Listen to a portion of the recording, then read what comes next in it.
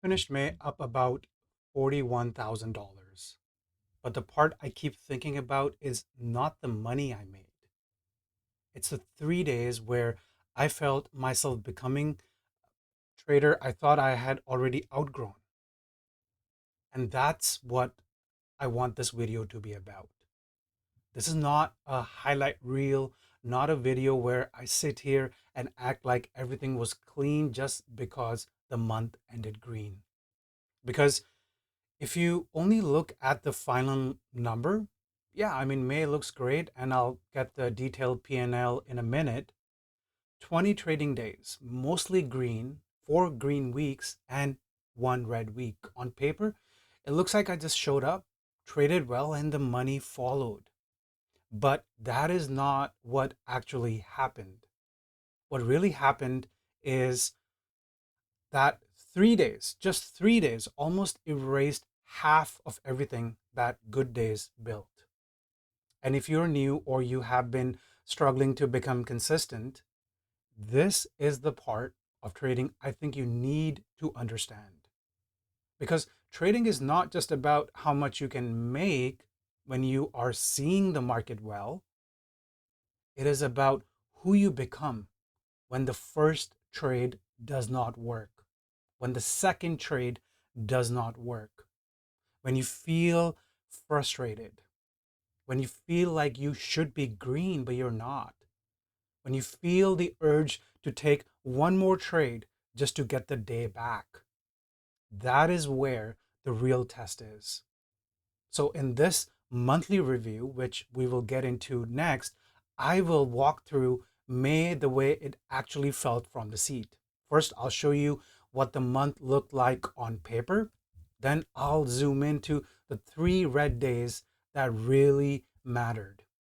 And then I'll show you what changed in the second half of the month, because that shift is probably the most important lesson from this whole review. And again, this is not about showing you how much I made.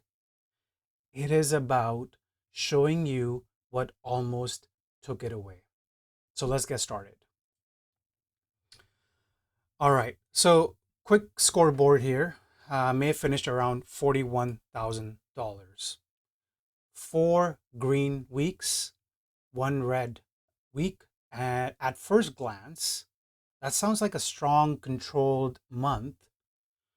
And overall, yes, it was a good month. But the score board lies a little, because the green days were not the problem. The green days stacked together made me roughly about $74,000. That means about $33,000 walked out of the door. And the important part is this: it did not slowly leak out across the whole month, it left on 3 days. Just that, and that is the major lesson here. My problem in May was not finding good trades. The green days prove I could find them. My problem was not the setups. It was not the watch list. It was not the market. My problem was the days where I should have stopped and I didn't. And I think that is such an important distinction, especially if you are a newer trader. Because when you are struggling, it is very easy to think the answer is always another strategy or another trade. You think maybe I need a new indicator. Maybe I need a new setup. Maybe I need to follow a different ticker. Maybe I need to change everything. But a lot of the time, the real issue is not that you cannot find winners. The real issue is that when you are wrong, you do not lose small enough. That was the story of May.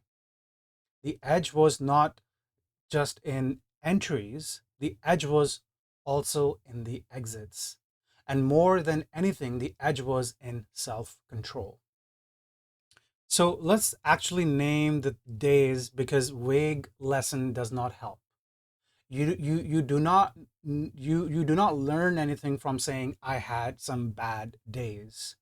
You learn from receipts. My first big red day was May 5th. Three trades, one winner, two losers, and the loss was about $17,000. The damage was big.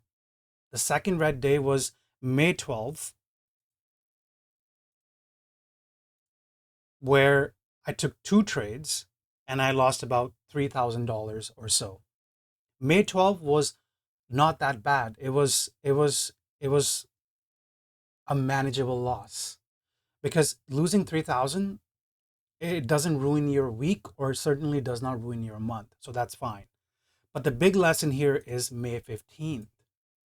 That's where seven trades were taken, 0% accuracy, and lost about $14,000. So, what happened there? That day just completely changed everything that I was doing prior to that day.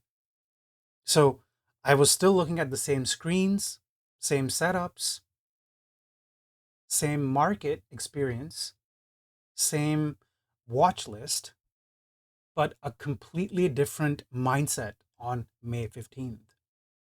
And that is what makes trading so dangerous because you can know exactly what to do and still not do it. You can have the rules written down and still break them. You can understand risk management and still ignore it when emotions take over.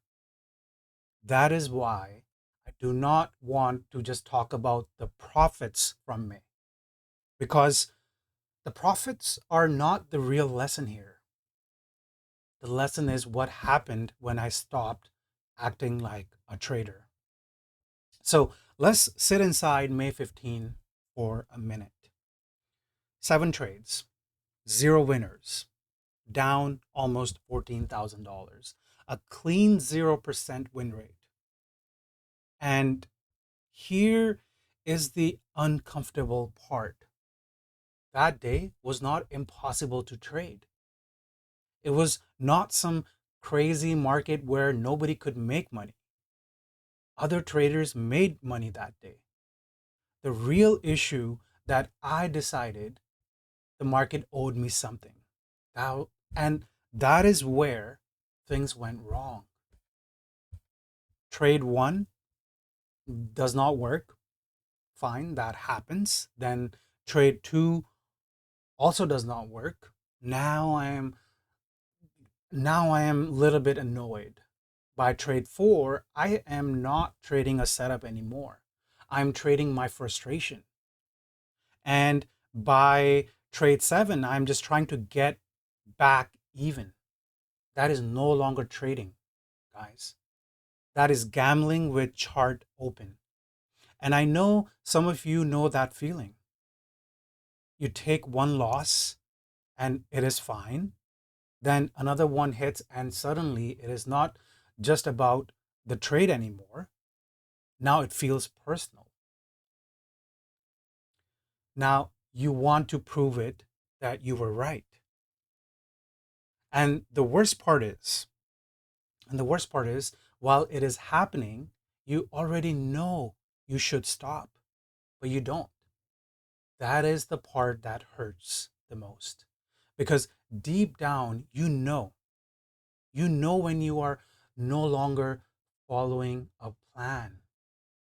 You know when you are revenge trading. You know when the next trade is not coming from patience, but from anger. And if you do not stop yourself there, the market will not stop you gently. It will keep charging you. After the seventh trade, I remember looking at the screen and feeling so embarrassed. Not because I lost money, I mean, losses happen. That is the part of trading. I felt embarrassed because I knew better. I have been trading long enough to know exactly what that was. That was not bad luck. That was not the market being unfair. That was me losing discipline. And if you are newer or you have been struggling, maybe that sounds familiar. Maybe you have had days where the first loss was normal, the second loss hurt, and by the third one, you were just trying to get back to even. I have been there. And May reminded me that experience does not make you immune. It can make you better at recognizing those emotions, but you still have to respect the rules every single day. A healthy version of May 15 probably loses $3,000 or $4,000 and I walk away. That would have been absolutely fine. That is the part of doing the business. But the extra $10,000, that was not the market taking it from me. I literally just handed over one trade at a time. And this is the part I want you to really understand. You do not usually blow up because of one bad trade. You blow up because of what you do after that bad loss. A losing trade is normal. A losing decision is different. A losing trade is the cost of doing business.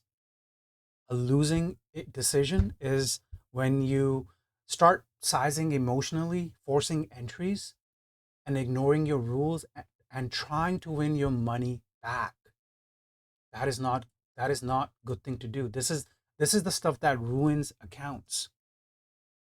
And you have to be careful, but because in that moment you stop respecting risk and the market punishes fast. Trading is a lot like driving. Most people do not crash because they do not know how to drive. Most people crash because for a few seconds they stopped paying attention. That is what revenge trading is. It is not always a lack of knowledge, it is a moment where your discipline goes offline. And in this business, a few minutes of bad discipline can wipe out days or weeks of good work. Now, there was another important lesson in May, and this one is more subtle because not every bad habit shows up on a red day. Sometimes the bad habit is hidden inside a green day. And May 6th is an example of that. May 6th, I took 9 trades, almost a 78% win rate. And after all of that, I just kept about $3,000. Now, on paper, that is green. So most traders will just say good day and move on. But when I look at that day, I see something different. I see busyness. 9 trades, first of all, is a lot of screen time, a lot of decisions, a lot of emotional energy. And the result was about the same as another quiet day later in the month where I made money with just one clean setup. That matters because the market does not pay you for effort. It does not pay you because you sat there all day. It does not pay you because you clicked more buttons. It pays you for being right with the right size on the trades that actually matter. And then leaving the rest alone, that is the hard lesson for newer traders because activity feels like you're being productive. You feel like you are working. You feel like you are doing something. But trading is not a regular job where more hours automatically means more output. Sometimes more trades just means more chances of giving you money back. And then if I compare that to May 8th, 5 trades, right? All winners, 100% accuracy, cleaner decisions, better results.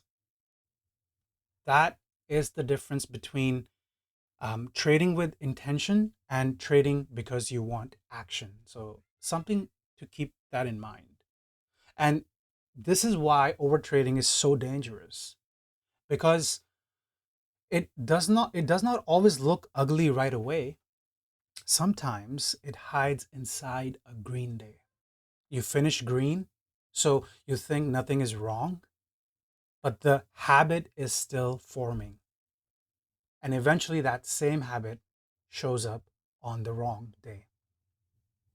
Now, it's not a small, and then when it shows up, then it's not a small green day or small red day.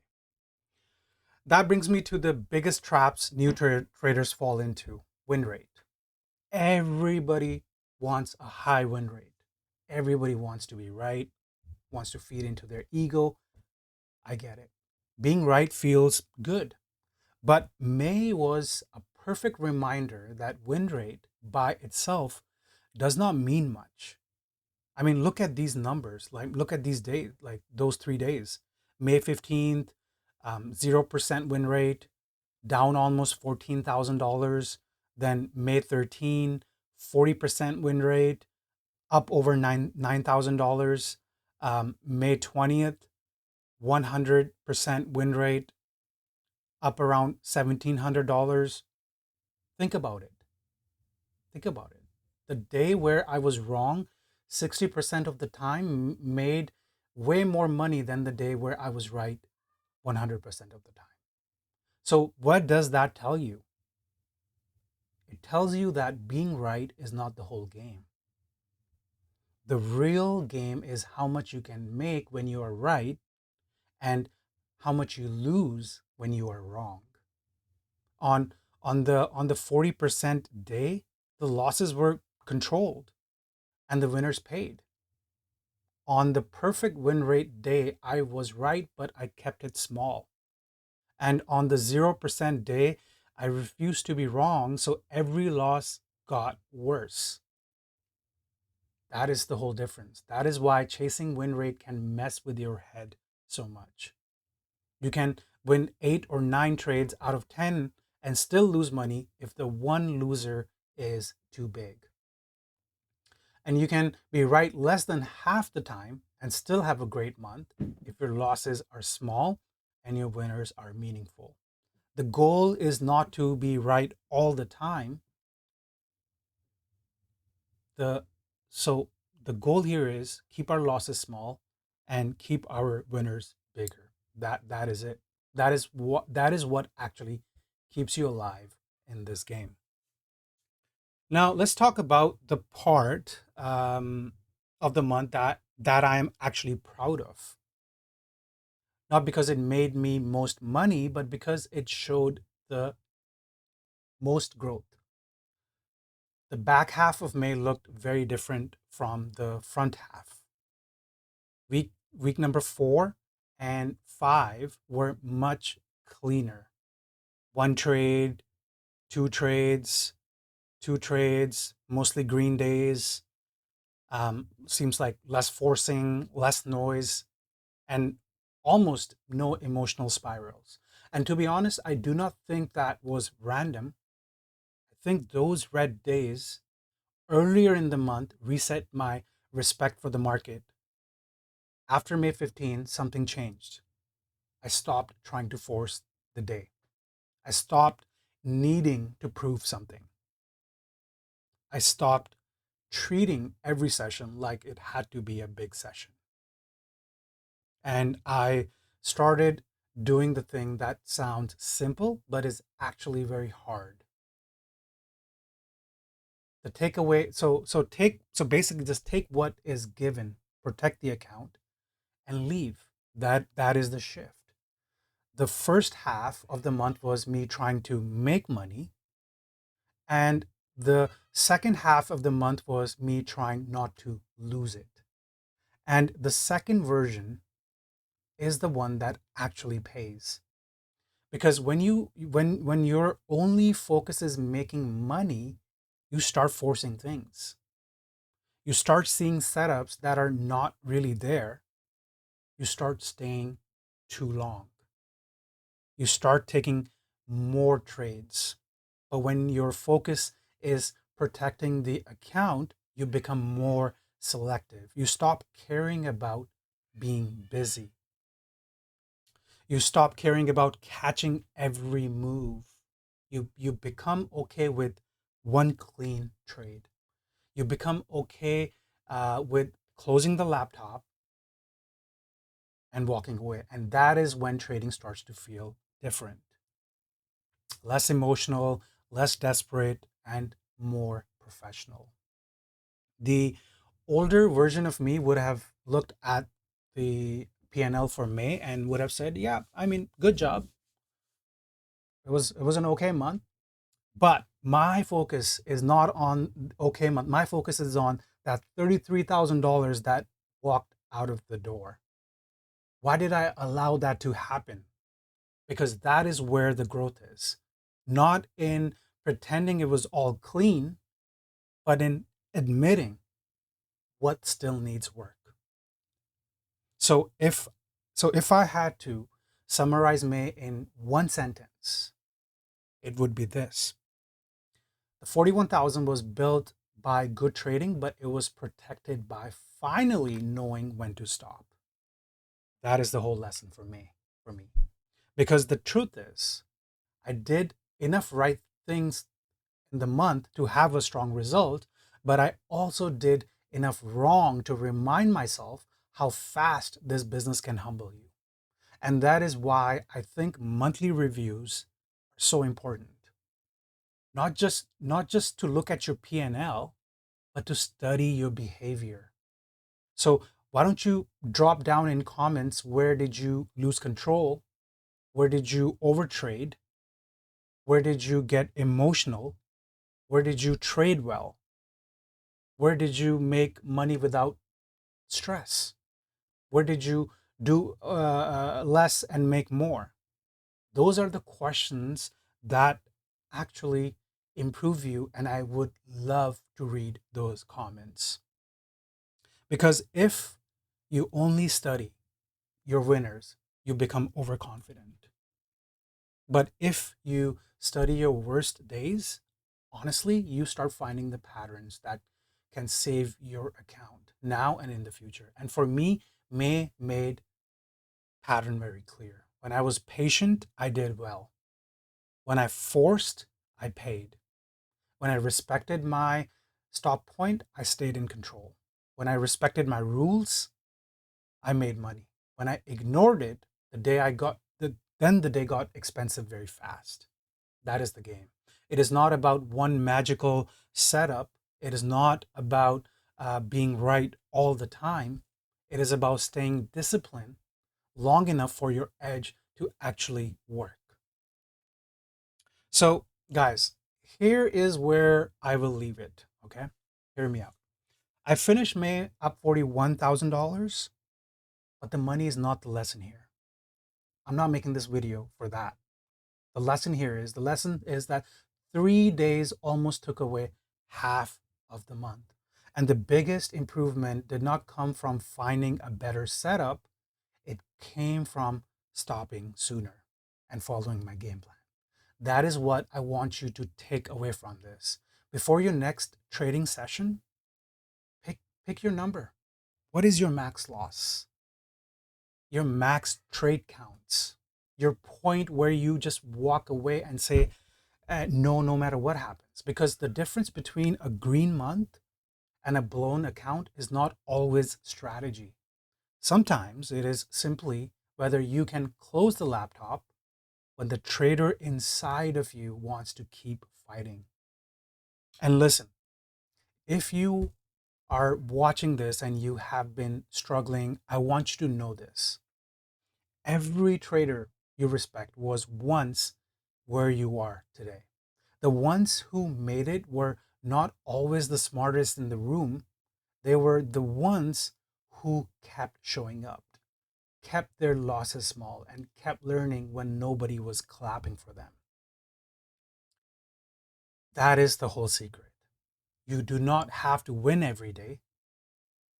You do not even have to be right every single day. You just have to protect your account long enough to get better.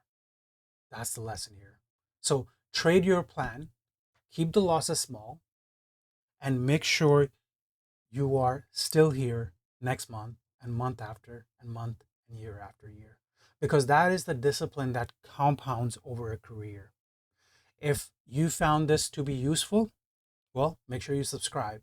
This is the kind of breakdown I do here, honest trading reviews with losses left in. So I'll see you in the next one. Take care for now.